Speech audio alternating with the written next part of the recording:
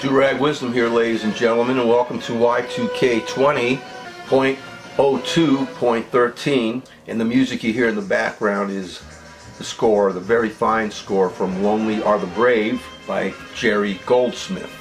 In fact, in my top 10 list of favorite movies, and I have a top 50 list, but in the top 10, Lonely Are the Brave is probably in the top 5 someplace.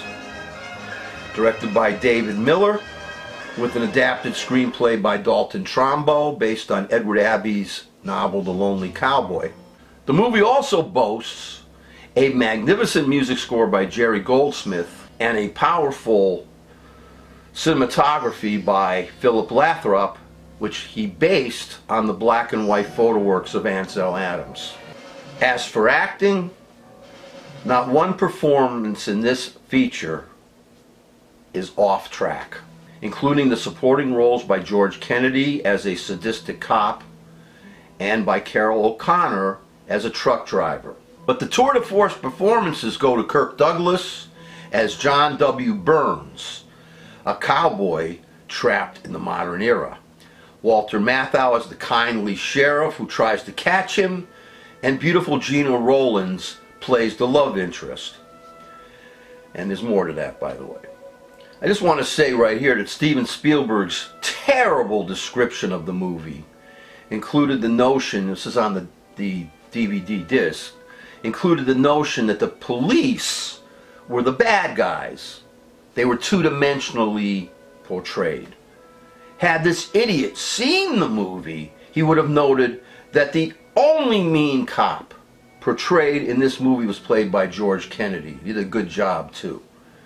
And the one character who represented the police, the authorities, was again played by Walter Matthau as a decent human being. If you ever saw First Blood, Lonely Are the Brave was its inspiration. But Lonely Are the Brave was a little less violent and much better character development. And by the way, if you love horses as much as I do, the character of the horse, named Whiskey, is played by a regal prince or princess with a lush blonde mane. The premise of the movie deals with a cowboy in our modern era who refuses to give up his horse even when he is later on the run from the law. Jack Burns discovers that his best friend is like a brother. They may even be sharing the same woman. Now his friend Paul has been Jack's friend Paul has been sentenced to prison for helping Mexicans get into this country illegally. As Jack Burns says, Paul helped wetbacks. That's what they used to call people that wanted to come into the country illegally, who tried to get in here, wetbacks. Like Jack, Paul, his friend, does not recognize fences, which include border fences. It's funny how prescient this movie is about and what we have today.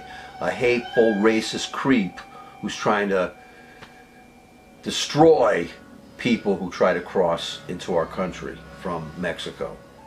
So they hate fences. And Paul still recognized the migrants as people as he helped them. Because borders, as Jack Burns says, tells you this is us and that's Mexico. And Paul still continued these desperate people as people, no matter what the border said, and helped them. He gets 2 years in prison for it. Jack wants to say goodbye to his friend, and he comes into town just for that purpose, and he has to break into jail. That's what he does. He breaks into jail, and he gets into, he figures getting drunk in public will help him, so he gets into it. He goes into the saloon. He's going to get drunk, and he gets into a fight with Richard Kimball's one-armed man, the guy that played Reich, his last name, who played Richard Kimball's one-armed man. He's the one there. He was a stunt man. He really does have one arm, and he and Kirk Douglas' character get into this fight. And he's such a decent guy, Jack Burns. He offers to fight the one-armed man, one arm behind his back. And the whole fight in the first place was a misunderstanding.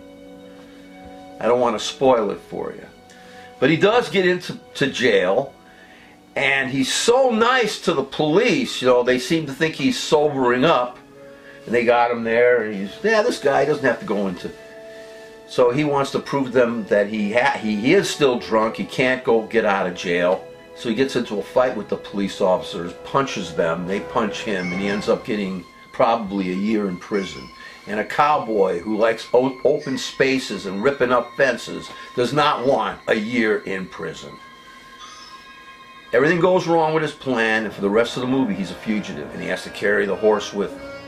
The film, by the way, is a classic example of the use of foreshadowing. That's a literary technique where you indicate the future. You watch this movie, and when you finish watching it, you've learned one of these important literary techniques, foreshadowing. I first saw Lonely Are the Brave on TV, without its widescreen vistas. If you watch Lonely Are the Brave at home, you got to make sure it has the letterbox bands. It's a Panavision movie, has exceptional cinematography, works of art in themselves, that again remind you of Ansel Adams. Make sure you watch the film in a widescreen format. Kirk Douglas was always my favorite actor ever since I first saw him when I was like 5 or 6 years old in 20,000 Leagues Under the Sea. And I immediately identified with the Jack Burns character. He was playing this character while he was in his 40s. The film came out in 1962 or 63. Because of this film, and I first saw it when I was in high school, it's one of the reasons why I like cowboy hats. It's another reason why I don't like automobiles. I don't drive unless I have to. And I hate fences and borders. I respect people's private property, yes, yes, yes. But the idea of borders separating this beautiful planet, I mean, I think we should respect people's individual areas where they live, but why have borders everywhere? Because people are naked apes and will kill each other. Lonely Are the Brave. It is one of many reasons I've enjoyed the work of Kirk Douglas my entire life. Now that my favorite actor is dead, I really feel old.